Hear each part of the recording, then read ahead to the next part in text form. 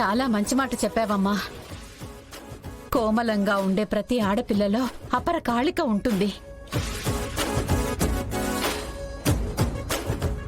లక్ష్మి, నాకిదంతా తెలియక నీ మీద చేసుకున్నాను. నన్ను క్షమించు లక్ష్మి. అయ్యో, ఏంటమ్మా మీరు నన్ను క్షమాపణ అడుగుతున్నారు? మీకు నన్ను కొట్టే హక్కు, తిట్టే హక్కు ఉంది.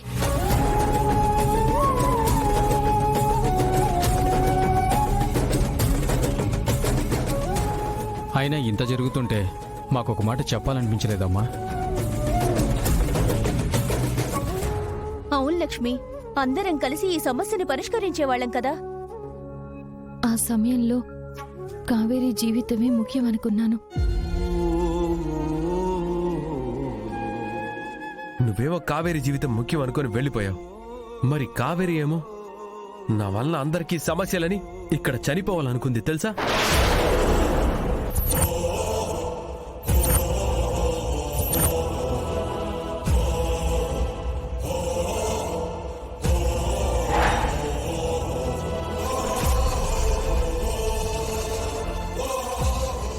చనిపోవడం ఏంటమ్మా? నేను సమయానికి వెళ్ళకపోయి ఉంటే కావేరి ఇక్కడ ఊరేసుకొని చనిపోయేది తాతయ్య.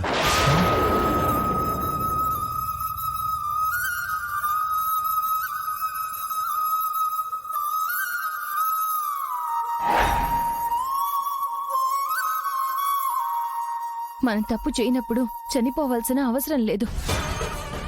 తప్పు చేసింది ఆ రాక్షసుడు.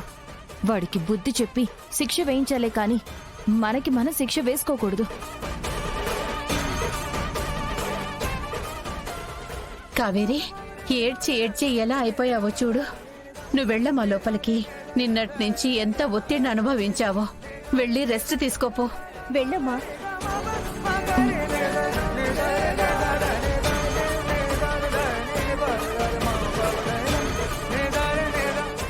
అమ్మా లక్ష్మి, నువ్వు కూడా లోపలికి వెళ్ళు.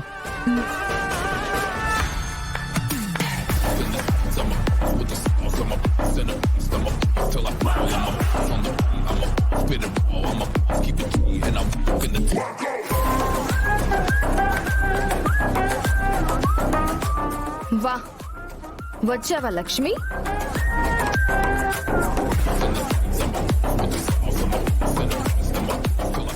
అంబిక, లక్ష్మి కావేరిని నేనంతా విన్నాను వదినా.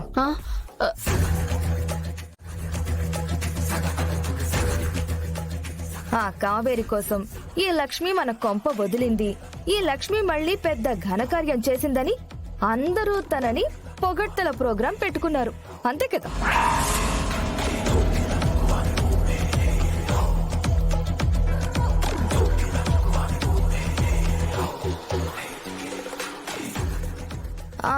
ఒక పని చేయండి, మన ఇంటి బయట గార్డెన్ లో కొంచెం ప్లేస్ ఖాళీగా ఉంది కదా, అందులో ఈ లక్ష్మికి గుడి కట్టించి రోజు పూజలు చేసి హారతులివ్వండి, సరిపోతుంది.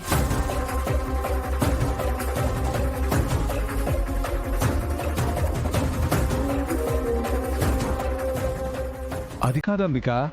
నానా, మీరెవ్వరూ ఏమీ మాట్లాడద్దు, ఒక్క నిమిషం ఉండండి.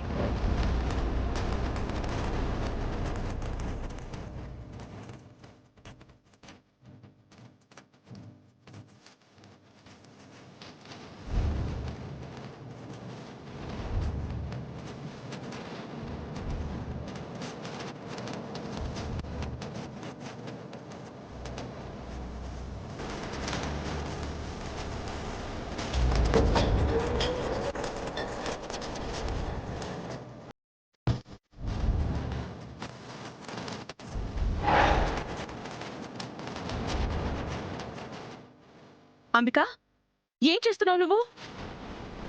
పిన్ని, ఆ సూట్ కేసు తెచ్చుకున్నావేంటి? మరి ఏం చేయమంటావ్? ఈ ఇంట్లో నాకు వాల్యూ లేదు కదా.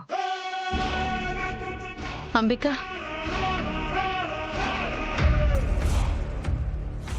ఎందుకమ్మా ఇదంతా? నానా, నువ్వు ఊళ్ళో వాళ్ళందరినీ నమ్ముతావు కానీ సొంత కూతుర్ని నమ్మవు.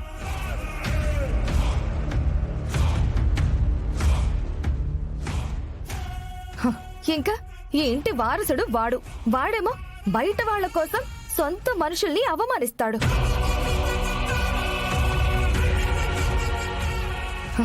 ఈ ఇంటి కోసం ఎంతో కష్టపడ్డాను. అలాంటి ఈ ఇంట్లో నాకు విలువే లేనప్పుడు నేను ఈ ఇంట్లో ఉండలేను.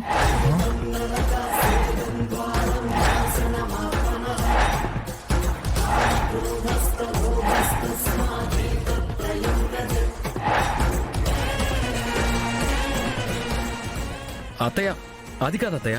వద్దు విహారి. నిన్న నువ్వు ఏ ఉద్దేశంతో అడిగావో నాకు తెలుసు. ఎంత ఆవేశంగా అరిచావో తెలుసు.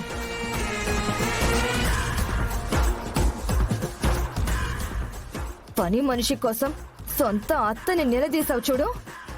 అప్పుడే నేను సగం చచ్చిపోయాను. అత్తయ్య,